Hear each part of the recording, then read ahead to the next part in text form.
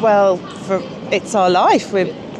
We have a family farm. You will own nothing and you'll be happy. And eat the bugs. I can't call them what I'd like to call them, but the mad people. People have to wake up to the agenda that's being run by the establishment. It's not just the Reds, it's not just the Blues and the Yellows. It is an agenda to demotivate us, to demoralise us and to destabilise us. You could take that view of it, but I take a more dim view and I think it's actually more sinister. Well, I've arrived near Parliament and as you can see, lots and lots of police vehicles. I'm not too sure that they're all necessary. They've even got the police on horseback, which seems a bit excessive for the farmers. I'm not sure what they're expecting. I can see the protest ahead of me, so let's go and check it out.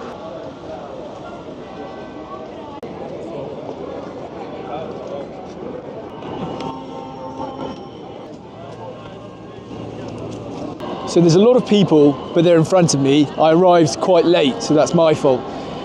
But I haven't seen any tractors, which is a little disappointing. Maybe that's just me wanting to see tractors. That's the schoolboy in me coming out. Yeah, clearly a lot of frustration.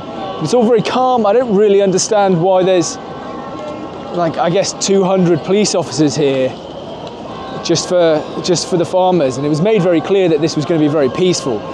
So I don't really understand the level of police presence. Well, we're here because the farmers are under threat, and this is not just about the inheritance tax. This has been coming with the huge incentives that farmers have been given to keep their fields fallow or grow wildflowers or whatever it is. It seems to be anything except crops and food. The amount of money that goes into farming is getting less and less. They've lost their subsidies. Yeah. Each year, the amount of food that we can produce in this country for our own people is going down. Well, it's our life. We have a family farm. This is my mum. I'm the fourth or fifth generation? I'm the fifth generation farmer in our family. It's something we feel very strongly about, and we don't agree with what's being said and done. So we've come along to lend our voice and our banners to the masses, because if you believe in something, I think you should get out there and peacefully let people know. Yeah. It's your job, is it? I don't think your job is. I think your job is to perpetuate communism. Son of God. Would you say the same? Do you mind saying a few words? Was that a BBC journalist? Yes, you were giving me a very hard time. I rather enjoyed that. Good. I don't know much about Agenda 2030, so I don't know if you can explain that. A lot of people do. Do you want to take this microphone? It might be... You can talk about Agenda 2030. Every time you hear something on the news and they mention the year 2030, that's Agenda 2030. It's so many times they mention it, and so many different topics or things they want to do. It's UN Agenda 2030. And our imports are being affected now because I've just heard that Valencia in Spain, which has been hit by a mud flood, I think it is. Yeah. We import about 30% of our stuff from there, our foodstuffs. So if you talk to people like Mark Byford, the bowler hat farmer, he knows exactly what's going on there. And so our imports are being hit at the same time as our ability to produce our own food. So you've got people like Bill Gates standing in the wings, backed by billionaires who would really like to control the whole of the food source for the entire world eventually. And they want their cricket burgers. They don't want us eating healthy food. And what effect do you think the new inheritance tax rules will have on not just specific farms, but farming and food production in England altogether? And, Great Britain, I should say. I think there's probably going to be quite a bit of a dip, because people will have to sell a lot of things to be able to actually pass stuff on. And then I can't comment for everybody, but a lot of people may be in a situation that what they have left to pass on is not a viable farm, which is, I think, a lot of people's worries and concerns. And it just means that there's greater concerns about the countryside, who's going to take over a farm, who can afford to buy it, who's going to provide food. What specific things are you referring to there, like one or two things that... They want to stop people driving petrol, diesel cars, electric cars. Alphabet Brigade. Yeah. all this woke nonsense that's being taught in schools, all this, net zero nonsense, all this what is a woman nonsense. And the mad, I can't call them what I'd like to call them, but the mad people actually want to rewild over 50% of the world's land. I'd like to think, what's going to happen to... It sounds like a nice goal, but back when there were that many trees and there were that many plants, there also weren't 8 billion people in the world who need food. Right. So that's right. In your head it sounds like a nice goal, but it's not realistic when we need to eat. No, that's right. And actually, I take issue with the, we've got too many people on this planet. For one thing, we could all fit in Alaska with several meters around it. Well, yes, but talking about land mass. Yeah. What's going to replace that? Because I don't think there's loads of people in London who have £5 million who want to go and become farmers. Well, your guess is as good as ours, really. That's the whole point of the uncertainty and the worry, because small family farms are communities within a community, and their neighbours all band together and look after an area and come together and lend each other equipment, work together through tough times, help on harvests.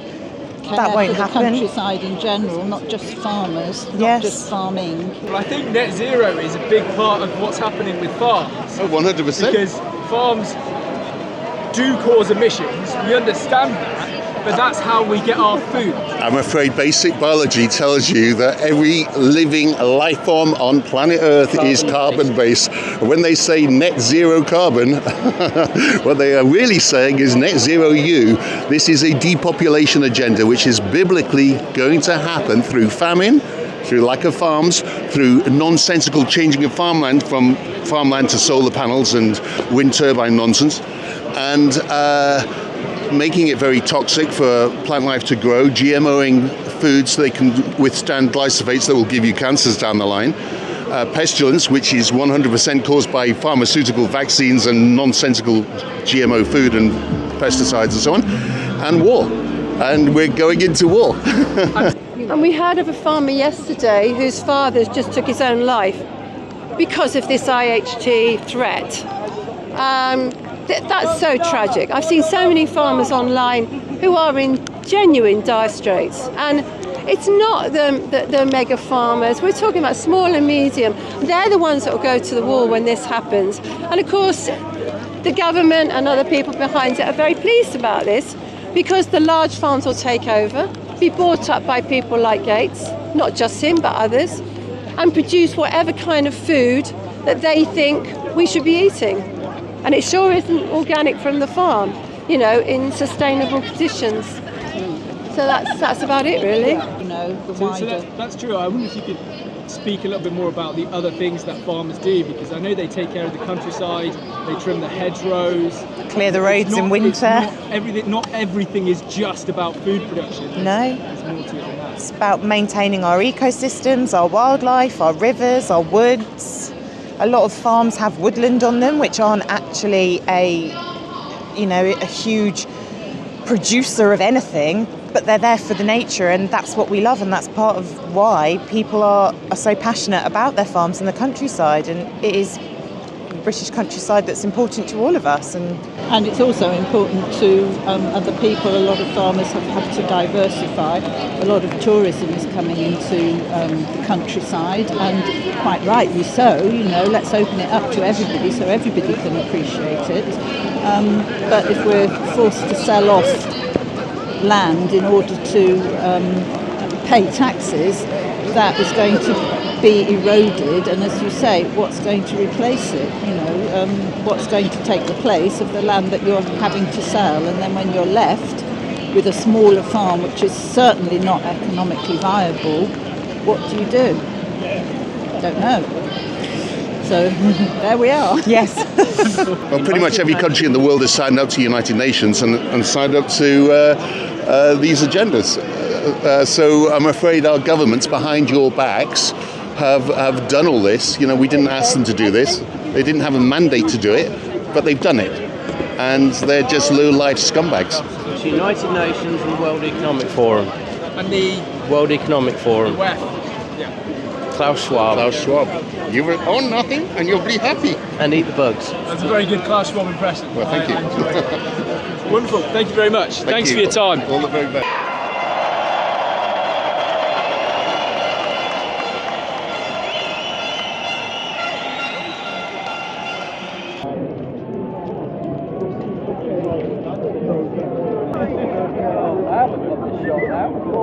Wait there, Lola. Well, I think I missed Jeremy Clarkson speaking, but that's okay because there are plenty of other farmers here. It's actually a little bit strange to see so many rural folk farmers dressed in tweed with caps hanging around in the centre of London. It's a little bit alien, but it's very, very cool. And yeah, let's go and see if we can find some people to talk to, some more people. I think we'll be able to.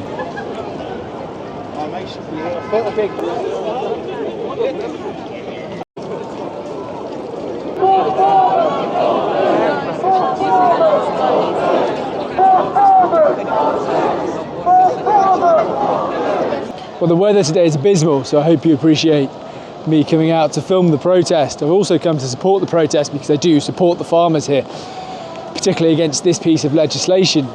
And it's quite interesting that they chose to do this on a Tuesday, because I feel like if they'd put this on a Saturday, they would have had even more people. I think maybe if I had to guess, there's 3,000, maybe 4,000 people. I did arrive a little bit late, so there may have been more people earlier. But yeah, putting it on a Saturday might have made more sense than a Tuesday. Still got all the horsey riot police there, which just seems really unnecessary, given that the crowd that we have here are farmers. I haven't seen any tractors. They haven't bought their tractors en masse, but that is one of the things we've seen them do in Europe. Go into Brussels and into capital cities with tractors, block the roads, dump soil in the middle of the city. Give the people in the city a little bit of a reminder of what the countryside is like. Some of them may have never been to the countryside, if you can fathom that. So yeah, let's see if we can find some more people to talk to. So it's a privilege and an honour to be here with patriots, concerned citizens and farmers, of course, protesting against Keir Starmer's tyranny, continued tyranny and sustained tyranny over our country. It's absolute nonsense what's coming out of number 10 at the moment, and it stinks. Bill Gates was with Rachel Reeves and Keir Starmer just a few days before they announced the new tax, 20% tax, inheritance tax on farmers and private landowners. Let's call it what it is. It's a death tax. This patriot and UKIP stands with farmers and with British agriculture. Food and farming is responsible for 120 billion a year to the UK economy, responsible for 4.1 million jobs. It produces 80% of the meat and the food that we eat. The only way we can get our country back is by taking our country back. It's not just the farmers, it's not just the far left tyranny. People have to wake up to the agenda that's being run by the establishment. It's not just the Reds, it's not just the Blues and the Yellows. It is an agenda to demotivate us, to demoralise us and to destabilise us. Constant madness, legislative madness, one item after the next. It is a plan to make us outraged and disgusted. It is time to convert that outrage and to disgust into destroying this evil and taking our country back at the ballot box. UKIP stands with British farmers and with British agriculture. And just last question, if this policy doesn't get U-turned, come 2029, would UKIP have it? I know you're far away from writing manifestos, sure, but in theory, as you look at it now, would UKIP look to reverse that tax? Absolutely. So the manifesto is new, glossy, shiny, and out in December. So please, everyone, take a look at it. It's radical, it's right-wing, it's patriotic, it's pro-British family and traditional family values. Absolutely, we would reverse this. Absolute nonsense. Inheritance tax in general is just more establishment corruption to rid us of our hard-earned money and what gets passed down, and the the inheritance tax on farmers would of course go.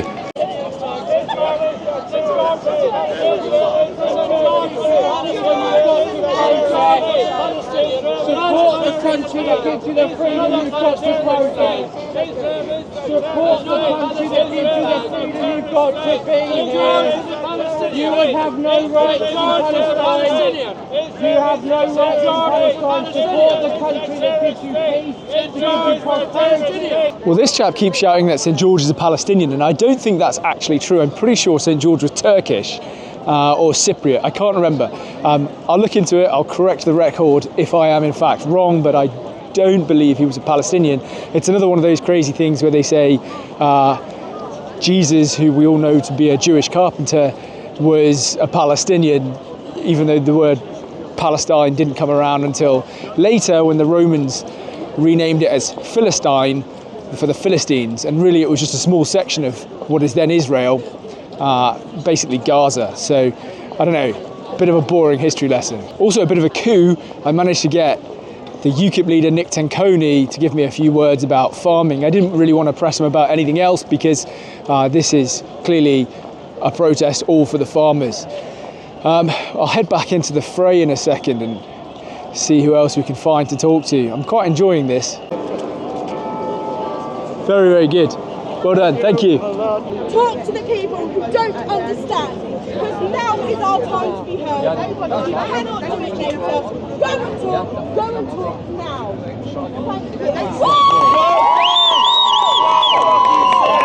Okay, I'm here with Alec Cave, who is the spokesman, one of the senior spokesmen for the Homeland Party. Alec, what exactly does the Homeland Party feel about this inheritance tax rule that's proposed to come in 2026, taxing small family farms?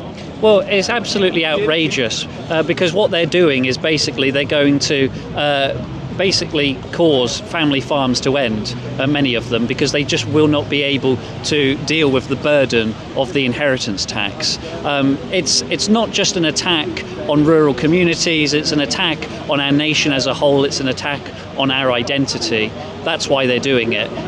The Labour Party, these are progressives, they're cosmopolitans, they hate the idea of anything parochial. So it's an attack on the farmers. Obviously, their narrative is, they want to try and close tax loopholes and tax legitimate people that are buying land speculatively to make profit. Sure. But manifestly, all this will do is just destroy family farming. And so it's totally outrageous, and that's why we're here to show solidarity.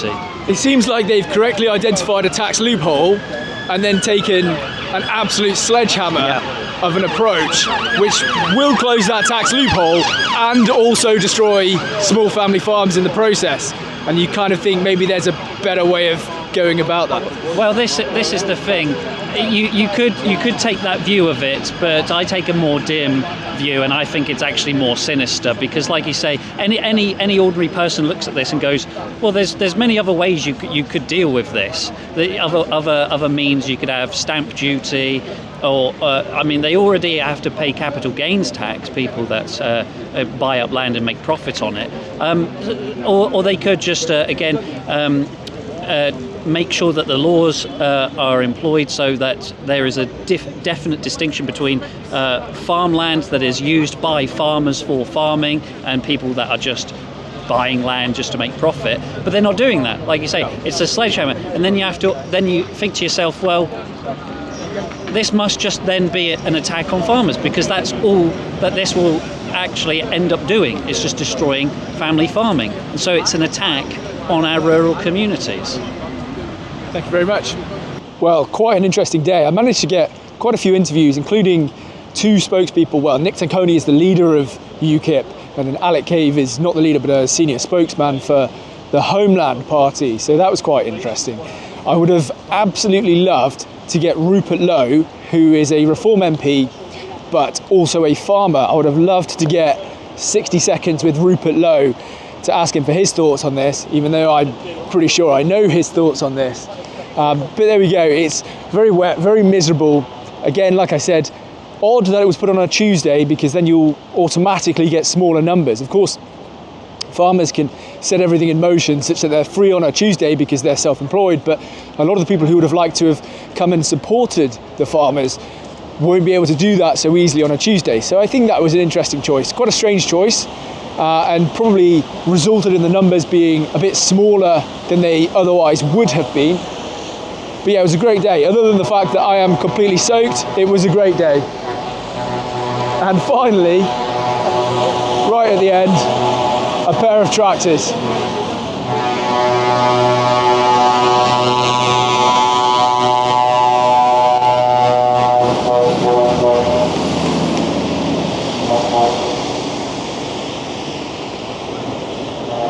Good.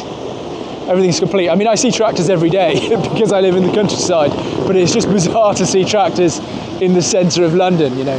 And I think this protest won't have led to a U-turn from the Labour Party, so I suspect we'll be seeing quite a few more tractors in the centre of London in the near future.